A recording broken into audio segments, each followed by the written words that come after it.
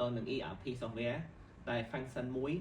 ជា function ដែលសំខាន់បំផុតសម្រាប់ជួយសម្រួលដល់ track manager ឬក៏ business owner ដែលគាត់ចង់បានជាទូទៅខ្ញុំជឿថាអ្នកទាំងអស់គ្នាគឺចង់បានថានៅពេលណាដែលយើងរវល់ធ្វើការនៅក្រៅយើងចេញទៅជួបភ្ញៀវឬក៏យើងទៅប្រជុំយើងតែងតែចង់មើលថាតើ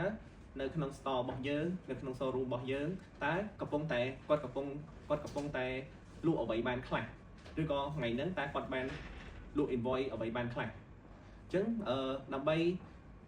យើងចង់បានគឺជាទូទៅបើជំនាន់មុនបើយើងធ្វើបញ្ជីដោយដៃអញ្ចឹងយើងត្រូវផ្ញើបញ្ជីហ្នឹងឬក៏យើងត្រូវដើរទៅមើលបញ្ជីនឹងខ្លួនឯងយើងត្រូវទៅ store វិញយើងទៅមើលបញ្ជីនឹងខ្លួនឯងឬក៏ update មកបន្តិចប្រើ Excel សម្រាប់ចេញ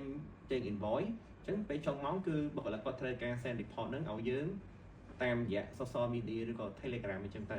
ប៉ុន្តែសម្រាប់ business នៅពេលឥឡូវពេលដែល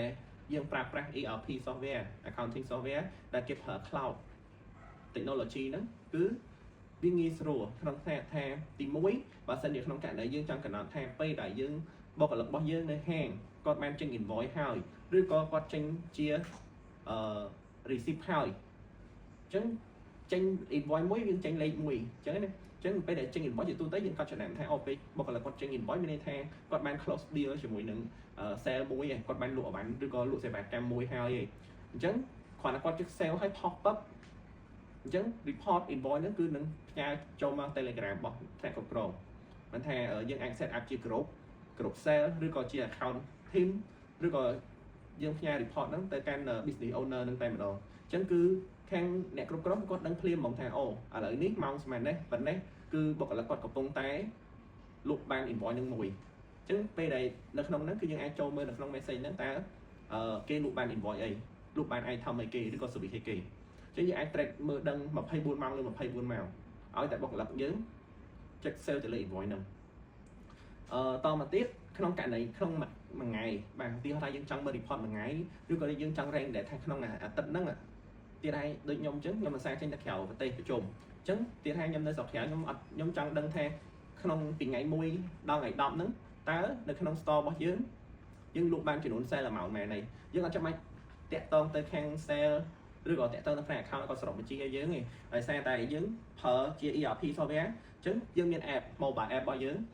អាចចូលទៅក្នុង report នៅក្នុង app របស់យើងដែល app របស់យើងគឺ develop មកទាំង Android និង iOS គឺយើងអាចមាននៅក្នុង App Store ឬ Play Store យើងអាច download ទៅយើង log in តោះមកយើងអាចរើស report អញ្ចឹង report ដែលយើងចង់បានឧទាហរណ៍ថាខ្ញុំចង់មើលថាតើ sale register sale invoice របស់ខ្ញុំពីថ្ងៃ1ដល់ថ្ងៃ10ហ្នឹងតើគាត់លក់បានប្រហែល invoice វានឹងសូននៅលើហ្នឹងហើយលក់បាន amount ទឹកលុយប្រហែលក៏សូននៅលើហ្នឹងដែរបាទអញ្ចឹងខ្ញុំគិតថាមុខងារនេះគឺបងប្អូនម្ចាស់អាជីវកម្មឬក៏ account manager គឺគាត់ពេញចិត្តមែនតើដោយសារតែយើងអត់ចាំបាច់ឆ្លងកាត់បុគ្គលិកយើងឲ្យគាត់ធ្វើ report ផ្ញើឲ្យយើងទេយើងចង់ដឹងពេលណាយើងបើកមើល app ពេលហ្នឹងហើយ report គឺធ្វើជា print ជា Excel ឬក៏ធ្វើជា PDF ឲ្យយើងហើយស្រាប់តែម្ដងដែលយើងងាយស្រួលថាយើងប្រើ device អីមិនថាយើងប្រើ smartphone ឬយើងប្រើ iPad ឬក៏យើងប្រើ laptop យើងទេចូលទៅគឺយើងអាចមើល report បានភ្លាមអញ្ចឹងវាតន់ up to date មកបាទអញ្ចឹងខ្ញុំសង្ឃឹមថាបងប្អូនទាំងអស់គ្នានឹងព្យាយាមស្វែងយល់ពី ERP software ឲ្យបានកាន់តែទូលំទូលាយវានឹងជួយឲ្យបងប្អូនទាំងអស់គ្នានឹងរីកចម្រើនអាជីវកម្មបងប្អូនទាំងអស់គ្នានឹងរីកចម្រើនកាន់តែលឿនមួយកម្រិតទៀតអូខេអរគុណច្រើន